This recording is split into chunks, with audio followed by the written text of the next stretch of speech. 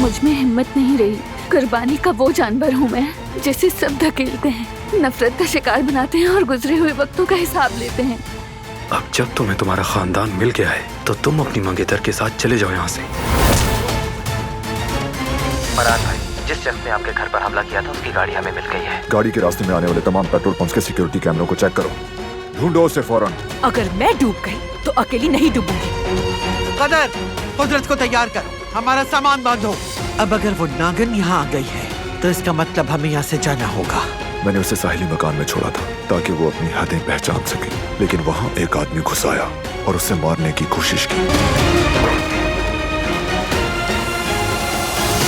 वो कहानियाँ अधूरी जो न हो सके कि पूरी, उन्हें मैं भी क्यों सुनाऊं, उन्हें तुम भी क्यों सुनाओ।